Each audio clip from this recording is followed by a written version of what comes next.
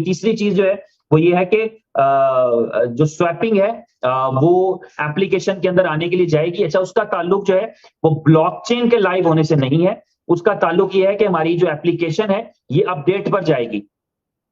बहुत सारे लोग रोजाना जो रेगुलर अपडेट नहीं होती है 1 घंटे की, जो शेड्यूल है, उसको समझ रहे होते हैं कि उसमें अपडेट जा रही है, उसमें अपडेट नहीं जा रही होती, उसमें तो बैक एंड पे कुछ काम हो रहा होता है। अपडेट जाएगी आपकी, और उस अपडेट के बाद आपको एप्लीकेशन अपडेट करना पड़ेगी, तो आप उसमें स्वैपिंग का फीचर देख पाएंगे। तो उम्मीद करते हैं कि आज रात में या कल के दिन में आप उस अपडेट के लिए भी तैयार रहें कि जब अपडेट भेजी जाएगी प्ले स्टोर पे और ऐप स्टोर पे, और आपको अपनी एप्लीकेशन को अपडेट करना पड़ेगा। तो ये दूसरी चीज है, ये भी आपके लिए होना चाहिए। एक और चीज जो मेरे नॉलेज में आपसे शेयर करना चाहूंगा कि एक्सचेंज ऑन का जो .io वाला URL है वो एक्टिव हो चुका है। आप एक्सचेंज ऑन .io के जरिए नई एक्सचेंज को एक्सेस कर सकते हैं।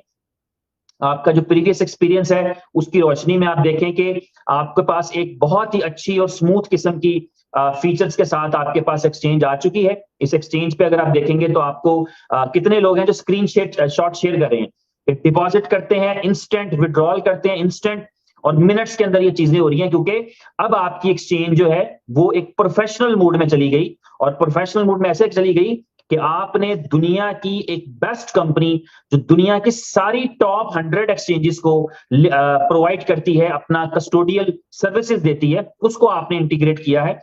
जितने भी फंड्स आते हैं एक्सचेंज के ऊपर वो वहां पर डिपॉजिट होते हैं, वहीं से विड्रॉल होते हैं। तो उसमें एक्सचेंज ऑन की टीम का कंट्रीब्यूशन नहीं होता, तो उसका पूरा सेटअप जो है वो उस कंपनी के पास लगा है जो डिपॉजिट और विड्रॉल को मेंटेन करी होती है। तो इस वजह से वो बहुत क्विक है, बहुत फास्ट है। और इसके अलावा जो एक चीज थी वो ये थी कि अभी जो पेयर आने के लिए जा रहा है उस पेयर के ऊपर आपको जो है वो इस चीज को थोड़ा सा अंडरस्टैंड करना पड़ेगा कि वो पेयर लिक्विडिटी के बगैर है। यानी उस पेयर का मतलब ये है कि एक कन्वीनियंस है, एक सहूलत है, जहां पर कोई सेल करना चाहे तो कोई दूसरा उससे बाय कर लेगा। और इससे सबसे पहला फायदा ये होगा कि आप उन स्कैम्स से बच जाएंगे जो स्कैम्स आप मुख्तलिफ लोगों के साथ हो रहे होते हैं। जब आपने पेमेंट भेजा होता है और पैसे नहीं आ रहे होते, आप अननोन लोगों के साथ ट्रेड कर रहे होते हैं। बल्कि अभी मैंने बहुत सारे ऐसे केसेस देखे हैं जहां नाउन लोगों के साथ भी, जो जानने वाले भी हैं, उनको भी दिक्कत आ जाती है, कहीं ना कहीं कोई प्रॉब्लम आ जाती है। तो ये एक ऐसा प्लेटफॉर्म बन जाएगा, एक ऐसी जगह मिल जाएगी जहां पर बायर और सेलर दोनों के लिए फैसिलिटी क्रिएट हो जाएगी।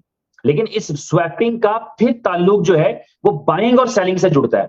अगर किसी के जहन में किसी तौर पे भी ये हो कि जब आप किसी भी कॉइन को बाय करते हैं, चाहे आपने किसी कंपनी से बाय किया है, तो वापस वो कंपनी आपसे बाय करेगी, तो ऐसे नहीं होता, क्योंकि ये कोई लॉजिक नहीं है ना। एक चीज मैं 1 रुपए की आपको बेचूं और फिर आपसे मैं 5 रुपए की खरीद लूंगी, कौन सी लॉजिक है? कि कोई लॉजिक नहीं होती। होता क्या है, करना ये होता है कि कंपनी, कोई भी कंपनी होती है, वो उसमें उस प्रोडक्ट के लिए वैल्यू ऐड करती है, वैल्यू क्रिएट करती है। फॉर एग्जाम्पल, आपने स्टॉक मार्केट देखी है, स्टॉक मार्केट में जो कंपनी शेयर बेच रही होती हैं, वो अपने शेयर्स इसलिए नहीं बेचती कि वो शेयर्स आपसे वापस बाय कर लेंगी। वो शेयर्स बेचती हैं, उन शेयर्स को बेच करके वो आपके प्रोडक्ट के लिए, उस कंपनी के लिए, उसके बिजनेस के लिए वैल्यू ऐड करती हैं। इतनी वैल्यू ऐड करती हैं कि कोई आपका वो 100 रुपए वाला शेयर, 10 रुपए वाला शेयर 10,000 में ले जाए। ये काम माइक्रोसॉफ्ट भी करती है, ये काम एप्पल भी करता है, ये सैमसंग भी करता है, ये बैंक्स भी करते हैं, ये दुनिया का हर कॉर्पोरेट कंपनी कर रही है स्टॉक मार्केट के अंदर। लेकिन आप खुद शेयर बेचकर खुद शेयर नहीं उठाती, बल्कि वो शेयर बेचते हैं, शेयर बेचने के बाद वैल्यू ऐड करते हैं, अपने बिजनेस की ग्रोथ कराते हैं। तो आपकी इस कंपनी ने, जहां पर आपने BLV परचेज कर रखा है, BLV टोकन परचेज कर रखे हैं, या आपने मिंट कर रखे हैं, जो मिंट किए हैं, इसको तो आप मानते हैं कि आपने उसके लिए कुछ पे नहीं किया। For minting you have paid nothing. जो आपने मिंट किए हैं वो आपने अपनी एक्टिविटी से कमाए हैं। तो इसलिए उनको बेचने के लिए कंपनी क्या करेगी, वो उसमें उसकी वैल्यू ऐड करती है। तो ये कंपनी के जिम्मे रहता है कि वो उसकी वैल्यू बढ़ाए, और एज पर अपनी कमिटमेंट। यानी आपके पास 500 दिन का प्रोजेक्ट है, ऑलमोस्ट 100 दिन गुजरने वाले हैं, तकरीबन 400 दिन बकाया रह गए हैं। तो इन 400 दिन के अंदर कंपनी वैल्यू ऐड करती चली जाएगी, और जो वैल्यू ऐड कर चुकी है अभी तक, बहुत सारी चीजें आपके साथ शेयर्ड हैं, बहुत सारी आपके साथ शेयर नहीं है, वो आपके साथ आहिस्ता आहिस्ता शेयर होती रहेंगी। तो आपको अंदाजा होगा कि कितनी जबरदस्त तरीके से उसकी वैल्यू ऐड हो रही है। लेकिन अगर आज तक भी देखें तो आपकी कंपनी ने वैल्यू ऐड की है।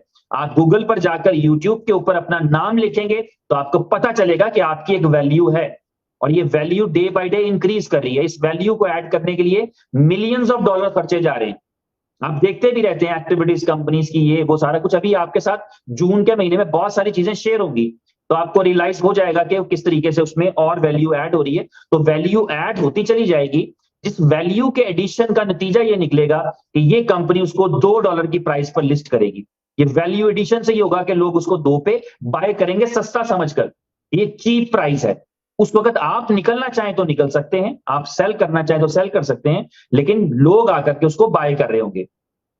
अदर कम्युनिटीज, ट्रेडिंग्स और कंपनी का कमिटमेंट है 50 एक्सचेंजेस पर लिस्ट करने का। लेकिन आप देखेंगे, ये मैं समझता हूं, मुझे अंदाजा है इस चीज का कि 50 नहीं, कोई एक्सचेंज बचेगी नहीं जिधर आप ना हो।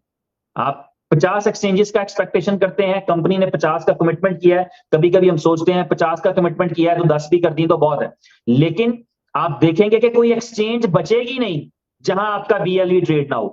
तो ये सारी मेहनत, ये सारी एफर्ट की कंपनी उन चीजों पे काम कर रही है। मीनवाइल हम मिंट करते हैं, हम स्टोर कर सकें, हमारी मर्जी है। हम बेचना चाहें और बिक रहा हो तो हमारी मर्जी है, इसमें कोई रिस्ट्रिक्शन नहीं है।